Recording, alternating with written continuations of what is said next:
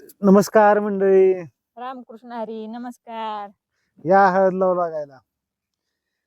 फक्त लावायचं आणि पिकवायचं शेतकऱ्याच्या हातात आहे बघा. भावाचं काय शेतकऱ्याच्या हातात नाही. स्वतःच्या मालाची किंमत करायची. ती कधी होणार पण नाही असं. ज्या दिवशी बघा तुम्हाला सांगतो शेतकऱ्याच्या भावाला माल ठरवायचा त्याचा अधिकार असेल तेव्हा शेतकरी सगळ्यात एक नंबरला पुढे नाव असेल. एक नंबरला नसू द्या पण कमीत कमी ती पोटभर खाईल तरी. मग काय मध्ये कांद्याची अवस्था काय झाली बघितली नाही का? खर्च आले लाख लाख रुपये त्याचं हे आलं 30,000 आणि 20,000 आणि 10,000 रुपये. भाडं सुद्धा खिशातनं घालावं लागलं 2 शेतकरी. आणि 3 रुपयाने किलो कांदा विकलाय. एक शेतकऱ्याचं नाही का बघितलं? हो, 100 कट्टे कांदा विकला आणि किती आली त्याचा बिल सगळं खर्च जाऊन 100 रुपये. 100 रुपये. त्या टिकटॉला सुद्धा पैसे आले नाहीत माघारी. अशी अवस्था शेतकऱ्याची. त्याचं फक्त कारण काय माहितीये का? आपण एवढं कष्ट करताव, पिकविताव, परत वरनं काय काय लोक काय म्हणतात, शेतकरी सारखा रडतोयच, सारखं अनुदानच मागतात. अनुदानच मागताय. कशाला? कशामुळे येते महागाईची? हे बी फक्त त्यांच्यामुळेच येते. भाव योग्य चांगला भाव दिला तर कशाला अनुदान आणि कशाला कुणाला काय महागायची वेळ येते. फक्त काय करावं लागतंय सरकारनं की आमच्या मालाला जर तुम्ही भाव व्यवस्थित दिला तर काहीच अडचण नाही. आम्हाला अनुदान देऊ नका, विमा देऊ नका, काही गरज नाही. कांद्याची तर अवस्था आता मध्ये लांब कशाला, हे उदाहरण नावच घेऊ आपण त्या चॅनलचं. इंडिया टीव्ही मराठीवर पत्रकार आहेत सोलापूरचे, त्यांनी न्यूज दाखवली. तर फरक काय होता माहितीये का शेतकरी आणि व्यापारीमध्ये? विचार कर, 3 रुपये कांदा किलो व्यापारी घेतोय, 3 रुपये किलो तरी व्यापारी प्लस मध्ये. शेतकरी 3 रुपये किलो नाही तरी पाण्यात आहे. मग ह्यात फरक बघ किती येते. त्या व्यापाऱ्याला व्यवसाय सुरू करून 10 वर्ष झालते आणि तिथं शेजारी एक कांदा उत्पादक शेतकरी होता, त्याला बी कांदा लावायला सुरुवात करून 10 वर्ष झालते. त्या शेतकऱ्याच्या खिशामध्ये 4,500चा डिस्प्ले गेलेला मोबाईल होता आणि व्यापाऱ्याच्या खिशात 1,00,000 रुपयाचा आयफोन होता. म्हणजे ही फरक कशामुळे बघा की तुम्ही. इथं कुठंतरी शेतकरी माग पडायला. व्हिडिओ बघून एवढं मला सुद्धा ते अवघड वाटलं म्हणजे आकर्षण भरून आल्यासारखं होत की शेतकऱ्यांनी इतकं रात्र दिवस कष्ट करायचं.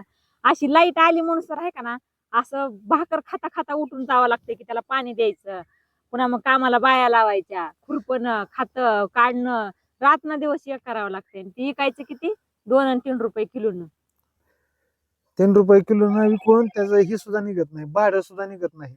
यायला सगळ्यात वाटीत पैसे आलं का त्या खाता पाण्याचं सगळ्या रोजगारासाठी, तर आहे का ना, एक 10 रुपयाचं बिस्किट पुडा सुद्धा आणून म्हणलं तरी सुद्धा खिशात पैसे राहत नाहीत. राहायचं नाहीत ना, राहतच नाहीत. अशी अवस्था शेतकऱ्याची. लेकराच्या हातात द्यायला लागलं माणूस तर 100 रुपये हातात इझी देताय माणूस, आणि इथं 3 आणि 2 रुपये किलोनं कांदा विकावं लागतं. पाटीवर कांदा 10 रुपयाचं. अवघड गोष्टी सगळ्या शेतकऱ्याच्या. हे असं करतात, स्वस्तात आता असं घेऊन ठेवायचं आणि पुन्हा मग विकायचं 70, 80 रुपये, 50 रुपये किलोनं विकायचं.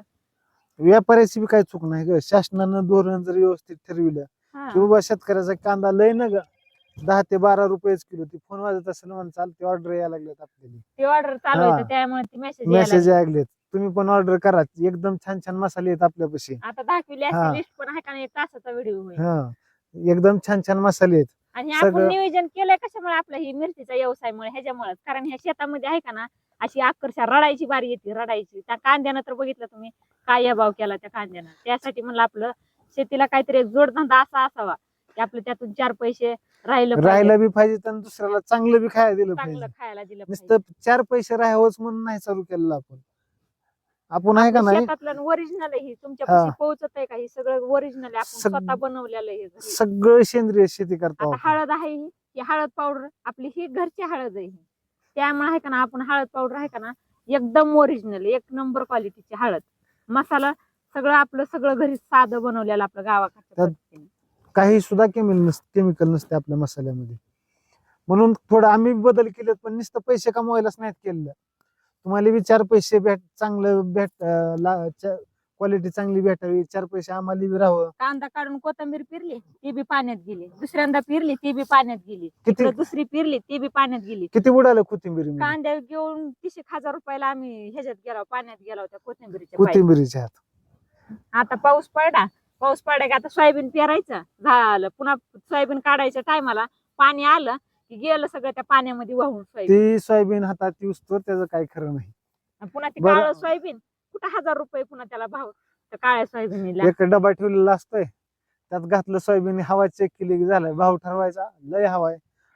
हवा कुठली आणि काय कुठली. त्याच्यासाठी पीक मागून काढलेलं तर लय आहे तर बरं असेल. मग काय आहे तर असली अवस्था शेतकऱ्याची. सावळीला बसून 5 रुपये द्या माय, 10 रुपये द्या माय.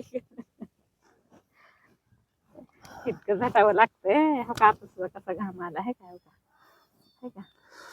असू द्या. चला, जर व्हिडिओ जर आवडत असले तर तेवढं लाईक करीत जावा.